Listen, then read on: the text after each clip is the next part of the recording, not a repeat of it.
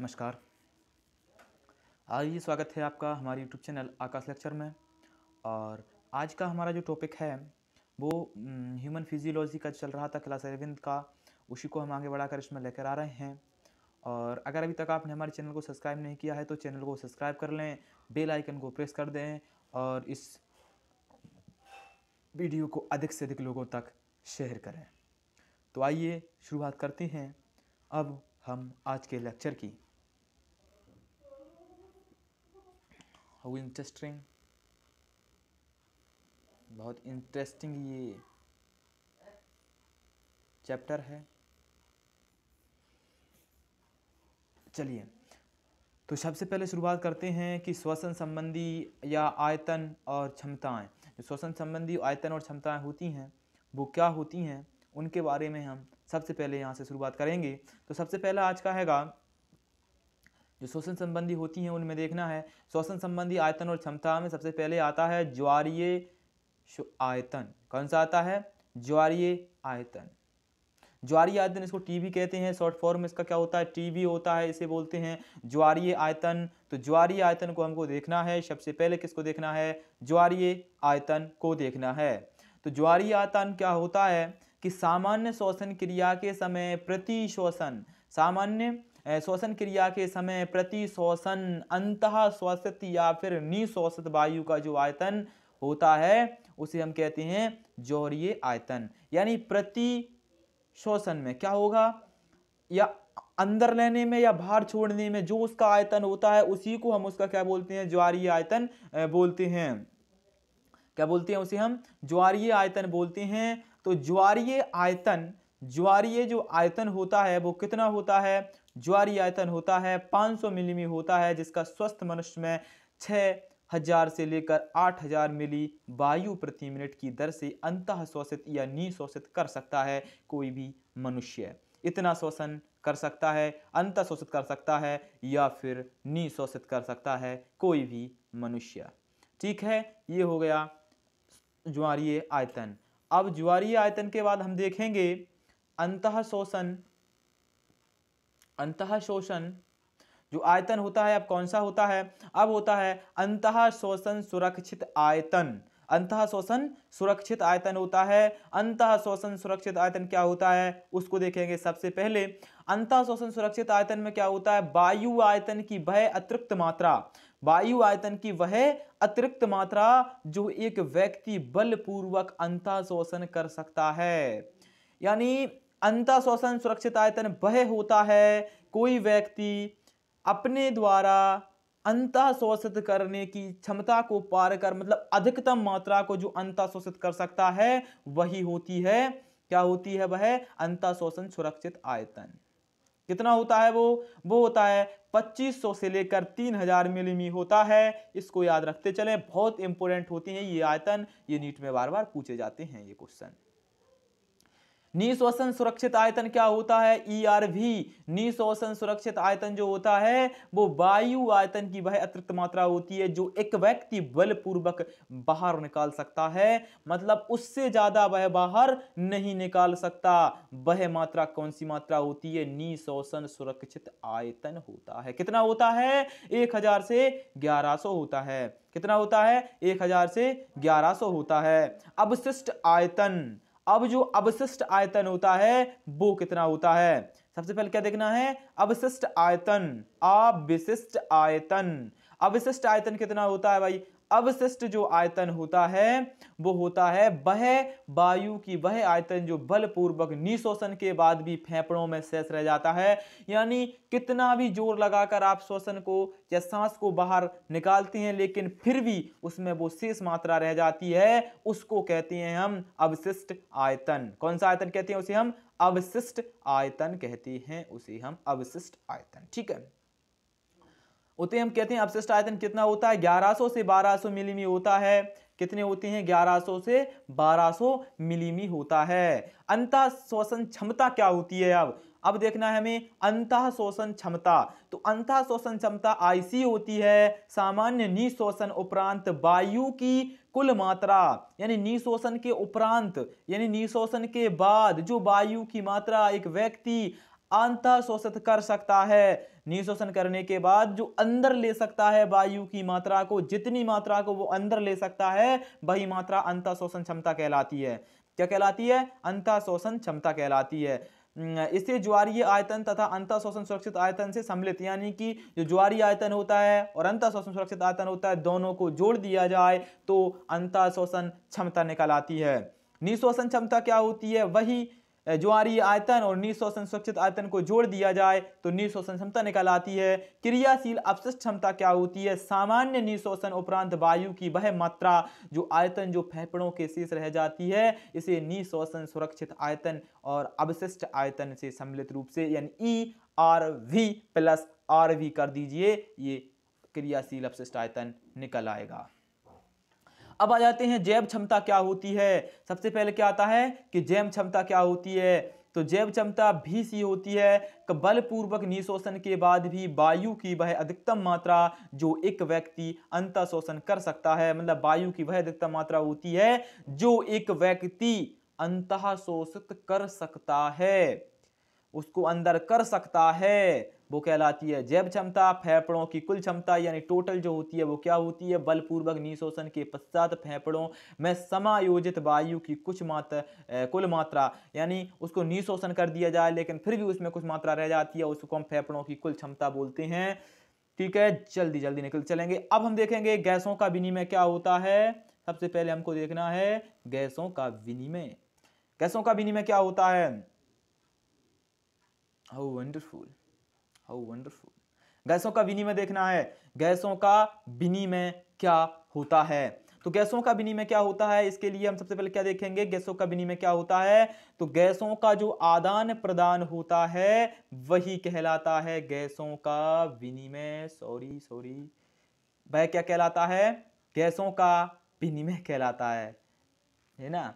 वह कहलाता है गैसों का विनिमय। वह गैसों का विनिमय कहलाता है। गैसों का आदान प्रदान ही गैसों का विनिमय कहलाता है। तो सबसे पहले इसमें हम क्या देखेंगे? हम देखेंगे कि कूपिकाओं में गैसों के विनिमय के लिए, कूपिकाओं में गैसों के विनिमय के लिए प्राथमिक स्थल होती हैं। गैसों का विनिमय रक्त और ऊतकों के बीच भी हो सकता है, यानी रक्त और ऊतकों के बीच भी यह विनिमय हो सकता है। रक्त और ऊतकों के बीच भी ये गैसों का विनिमय हो सकता है। इन स्थलों पर O2 और CO2 का विनिमय दाब अथवा सांद्रता प्रवणता के आधार पर सरल विसरण द्वारा होता है। जो विसरण की विधि होती है वही गैसों के आदान प्रदान की विधि भी होती है। गैसों की घुलनशीलता के साथ साथ विसरण के सम्मिलित झिल्लियों में मोटाई भी विसरण की दर को प्रभावित करती है। कुछ महत्वपूर्ण घटक होते हैं इसके, ठीक है, वो महत्वपूर्ण घटक देखेंगे हम। रक्त श्वसन इतना O2 और CO2 द्वारा होता है, ये वायु वर्णीय में इतना होता है, वो सब आप स्क्रीनशॉट ले लीजिए और देखते रहिए। अब हम देखेंगे यहां घुलनशीलता में वायु, इसको पढ़ने के लिए है ये, आप इसको स्क्रीनशॉट ले लीजिए और इसको कीजिए। क्या आएगा? घुलनशीलता में 20 से 25% गुना अधिक होती है। अंतः शोषण विसरण झिल्लियों में प्रति इकाई आंशिक दाब के अंदर विस्तृत होने वाली वायु में CO2 मात्रा व O2 की तुलना में बहुत अधिक होती है, यानी CO2 की मात्रा जो होती है वो O2 से अधिक होती है, यानी CO2 की मात्रा कम होती है और O2 की मात्रा अधिक होती है। विसरण झिल्लियां मुख्य रूप से 3 स्तरों की बनी होती हैं। जो विसरण झिल्लियां होती हैं दिखाई दे रही हैं चित्र में, 3 स्तरों की बनी होती हैं। कितने स्तरों की बनी होती हैं? 3 स्तरों की बनी होती हैं। कौन कौन सी होती हैं? वो होती हैं यथा कूपिकाओं की पतली सल की उपकला, जिसे सल की एपिथेलियम कहते हैं, कूपिकाओं की कोशिकाओं की अंतःकला और उसके बीच स्थित आधारीय तत्व। फिर भी इसकी कुल मोटाई 1 मिलीमीटर से बहुत कम होती है, यानी बहुत पतली होती हैं ये। ठीक है, इसको समझिए और समझने की कोशिश कीजिए। ये बहुत इंपॉर्टेंट टॉपिक है जो अभी हम दिखा रहे हैं आपको। ये क्या हैगा, गैसों का परिवहन, ट्रांसपोर्ट ऑफ गैसेस। ये गैसेस, ट्रांसपोर्ट ऑफ गैसेस क्या हैगा, इसके बारे में सोचिए। सबसे पहले ट्रांसपोर्टेड ऑफ गैसेस जो हैगा वो O2 और CO2 के परिवहन का माध्यम रक्त ही होता है। दोनों ही रक्त के माध्यम से परिवहनित होते हैं, लेकिन लगभग 97% O2 का परिवहन रक्त में लाल रक्त कणिकाएं जो होती हैं उनके माध्यम से परिवहन होता है। किसका, O2 का। कितना, 97%। इसको याद रखिए। शेष 3% जो होता है O2 का प्लाज्मा द्वारा घुलनशील, जो घुलनशील होता है या घुल अवस्था में होता है। लगभग 20 से 25% CO2 का परिवहन लाल रक्त कणिकाओं द्वारा होता है, जबकि 70% का बाइकार्बोनेटों के रूप में अभिगमनित होता है। लगभग 7% जो हैगा वो CO2 का प्लाज्मा द्वारा घुल अवस्था में होता है। इसको आप याद रखिए। यानी कितना कितना होता है, 97% O2 का कहां से होता है, लाल रक्त कणिकाओं से होता है। 3% होता है O2 का प्लाज्मा द्वारा, और लगभग 20 से 25% CO2 का परिवहन कहां से होता है, लाल रक्त कणिकाओं द्वारा होता है। और 70% बाइकार्बोनेटों के रूप में होता है CO2 का परिवहन, और 7% जो होता है वो प्लाज्मा में गुल्लावस्था में होता है। इन अवस्थाओं का क्या होता है, इनका परिवहन होता है। और ऑक्सीजन का परिवहन किस प्रकार से होता है वो देखिए आप। सबसे पहले क्या होता है, हीमोग्लोबिन लाल रक्त कणिकाओं में स्थित एक लाल रंग का लोहे युक्त वर्णक होता है। हीमोग्लोबिन क्या होता है, ये हीमोग्लोबिन होता है, लाल रक्त वर्णक होता है। इसे हम बोलते हैं हीमोग्लोबिन। ठीक है, ये हीमोग्लोबिन होता है। अब इस हीमोग्लोबिन में क्या होता है कि हीमोग्लोबिन लाल रक्त कोशिकाओं पर स्थित एक लाल रंग का लोहे युक्त वर्णक होता है। इसमें क्या होता है, लोहे होता है। ये लोहे युक्त वर्णक होता है हीमोग्लोबिन। इसको आप याद रखिए, हीमोग्लोबिन क्या होता है, लोहे युक्त वर्णक होता है। और यह हीमोग्लोबिन के साथ ही उत्क्रमणीय ढंग से बंध कर ऑक्सीजन, ऑक्सी या फिर ऑक्सी हीमोग्लोबिन का गठन कर लेता है। यह क्या बनाता है, ऑक्सी हीमोग्लोबिन बनाता है ऑक्सीजन से क्रिया कर। ठीक है, प्रत्येक हीमोग्लोबिन अणु अधिकतम 4 O2 अणुओं का वहन कर सकता है। यानी ये 4 O2 अणुओं को बना सकता है, उनके द्वारा ये कार्य कर सकता है। ठीक है, हीमोग्लोबिन के साथ ऑक्सीजन का बंधना प्राथमिक तौर पर O2 के आंशिक दाब में संबंधित है। CO2 का आंशिक दाब, हाइड्रोजन आयन की सांद्रता, तापक्रम, कुछ अन्य कारक जो इस बंधन की बाधित कर सकते हैं। हीमोग्लोबिन की ऑक्सीजन से प्रतिशत संतृप्त PO2, जो PO2 होता है के सापेक्ष आलेखित करने पर सिग्मा वक्र प्राप्त होता है। यानी ऑक्सीजन के परिवहन में कौन सा वक्र प्राप्त होता है, ऑक्सीजन के परिवहन में सिग्माव जो वक्र होता है वही प्राप्त होता है। ठीक है, अब देखिए ये O2 बंधन प्रभावित करने वाला है। इसमें H+ आयन होते हैं, PO2, CO2, ये सारे के सारे आयनों का इसमें गठन हो जाता है। उन आयनों का भी हमको कुछ नहीं करना है। अब हम देखेंगे आगे, ये CO2 का इसी प्रकार से परिवहन किसका होता है, CO2 का हो जाता है। इसको आप याद करके की जरूरत नहीं है, इसको आप सिर्फ एक बार पढ़ लेते हैं तो वो वही बहुत होता है। पढ़ के रखिए इसको, CO2 का किस प्रकार से परिवहन होता है। अब श्वसन के कुछ विकार हैं, उन श्वसन के विकारों के बारे में हम जानने की कोशिश करेंगे। सबसे पहले हम देखेंगे श्वसनीय विकार में पहला विकार कौन सा आता है, दमा आता है। श्वसनीय विकार में पहला विकार जो है वो कौन सा है, दमा है। दमा क्या होता है वो जानने की पहले हम कोशिश करेंगे। दमा होता क्या है, अस्थमा जिसे बोलते हैं अंग्रेजी में, वो होता है दमा। ये श्वसनीय विकार आते हैं में दमा में श्वसनीय और श्वसनिकाओं की शोध के कारण श्वसन के समय घरघराहट होती है तथा श्वास लेने में कठिनाई होती है। श्वास लेने में कठिनाई या घरघराहट, श्वास लेने में घरघराहट या श्वास लेने में कठिनाई को हम क्या कहते हैं, दमा कहते हैं। श्वास लेने में कठिनाई या फिर श्वास लेने में घरघराहट को हम कहते हैं दमा। ये कहाँ होती है, श्वास नलिका में होती है घरघराहट। ठीक है, अब आता है श्वसनीय शोध क्या होता है भाई। श्वसनीय शोध होता है, यह श्वसनियों के शोध हैं जिसके विशेष लक्षण श्वसनियों में सूजन या जलन जिसके कारण लगातार खांसी होती है, यहाँ पर होती है ये श्वसनीय शोध। यानी शोध का मतलब ही होता है सूजन आ जाना, श्वसनीय में सूजन आ जाती है, इससे क्या होती है, सूजन आने से वहाँ खांसी होती है और घरघराहट इसमें भी होती है।